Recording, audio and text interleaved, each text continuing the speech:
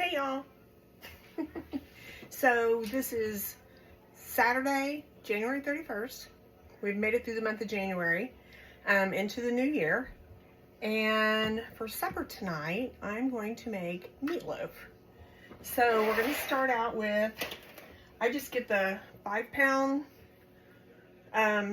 tube and I cut off 3 pounds because that's the most economical way to buy it. And I will take the other 2 pounds and just stick it in the freezer, wrap it in a freezer bag and stick it in the freezer, so that way it'll be there when I need it for something else.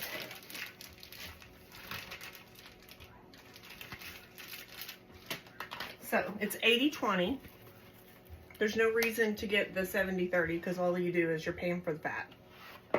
Now, if you're cooking burgers, that might be a different thing because you're going to have more flavor if you get the 70-30. Just keep in mind you're going to have some loss. Now, I've got some things I'm going to add to this. I've got some coriander, and I like coriander, the taste of coriander better than I do pepper. So that's the only reason I use coriander. We got some paprika. This is not smoked paprika. This is just plain or hot. It's just plain paprika. A little bit of garlic granules. And actually a lot of garlic, because you know you can't have too much garlic. Also going to put a couple big tablespoons of my Knorr's chicken base, because that's going to add all kinds of flavor. Gonna add some parsley flakes. And you can add anything you like. I have added small diced up mushrooms that I've sauteed beforehand, peppers, onions, carrots, celery. Sometimes it ends up being more like a Salisbury steak than a meatloaf. But all those things add flavor, and depending on the flavors that you like, that's what you need to go with. Normally, I would add onion powder, but I'm planning on making onion rings later. So I have the centers of all the onions, and I went ahead and chopped those up and just softened them a little bit in the skillet with some oil and let them cool. So we're going to put those in there instead of another option for onion. Okay. Now I have some tomato paste, because this is going to really bump up the tomato flavor. I'm going to put the whole can in there.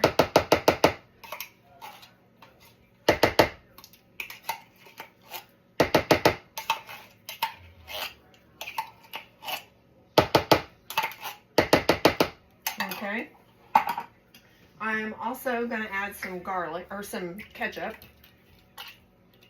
And sometimes I use barbecue sauce. Depending on who's eating it.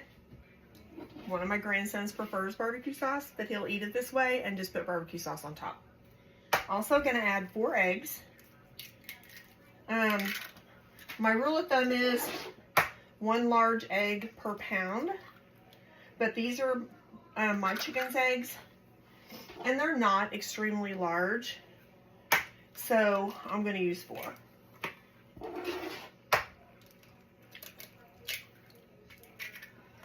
Okay, now we're going to start mixing this up together. I think I'm going to use this other thing. This is actually for when you're frying stuff and you can chop it up, but it'll do a good job getting this mixed together too. Now you want this to be a little bit soupy, I guess you could say, when you get this part of it done. And then we'll add something in to thicken it back up. So this morning, me and my mom and my niece, Emily, went up to Amish country to a little country store up there, and we got some fresh meat and or lunch meat, cheeses, some frozen foods, have all kinds of things up there. And I think we got a really good bargain. They've got some of the really, really good submarine sandwich rolls, buns. Like, check these out. These are huge. Like, look at this thing. My grandsons love them. That's a single sandwich for them. So needless to say, bargain shopping for lunch meat up there, which is, most of it's around $5 a pound. That's quite a bargain when you're filling one of those sandwiches up with bread and cheese, or with meat and cheese.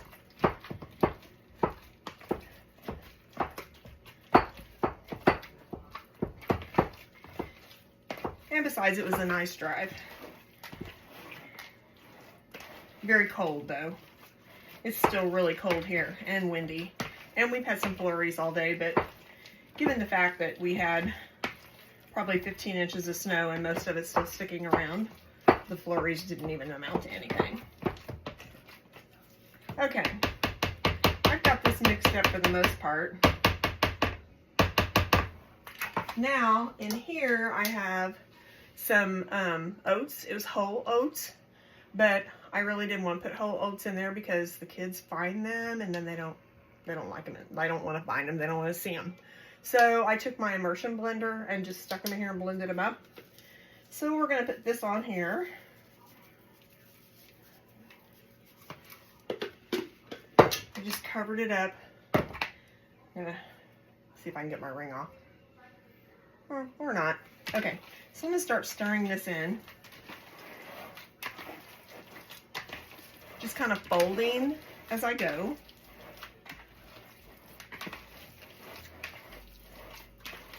And that's going to soak up the liquid from the eggs and the tomato that was in there. Seems kind of silly to make it wet, then turn around and make it dry. We're going to put a little bit more.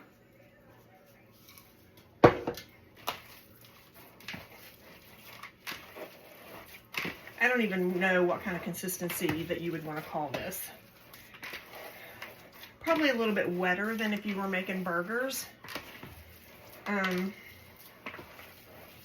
But you definitely don't want it dry. Okay, I think that was just enough. Okay, so this is what it kind of looks like. It's still a little sticky, but yet it's falling apart on its own. So, okay, so I have a pan ready. Sometimes I make mini meatloaves, and if I do make mini meatloaves, I will make part of them regular, and part of them I'll put cheese in them, and the ones that I put cheese in, I'll put barbecue sauce on. The regular ones, I just put a ketchup sauce.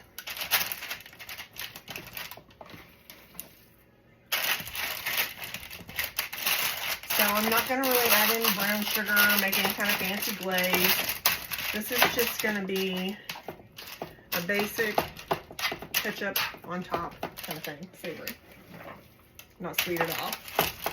Because we're having the onion rings, and we're having baked potato, loaded if they want. I just feel like that's probably a lot going on, so we don't need to have all that extra in the meatloaf. I'm trying to make this into an even loaf.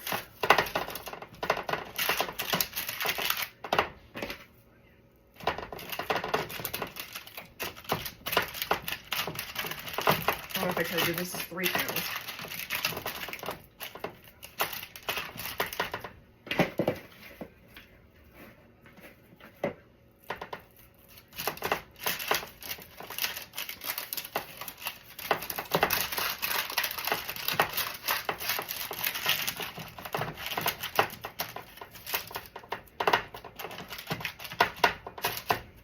Okay, that's in there. I'm gonna wash my hands real quick.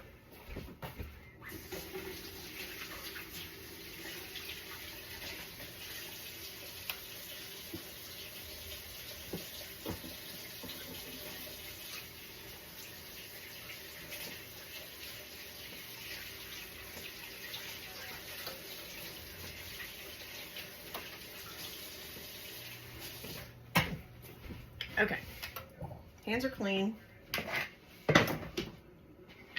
Ketchup again. I'm just going to cover all the top.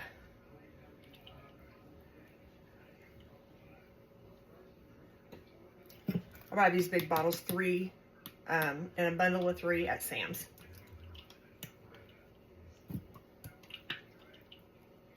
All right, I'm going to cover this and I'm going to stick it in the oven. I've got the oven set to 375. Probably an hour, 15 minutes to an hour and a half. You'll want to check it periodically to make sure it's getting cooked through. And then while that's happening, I'm going to get my onions ready and all that stuff, and I'll be back shortly.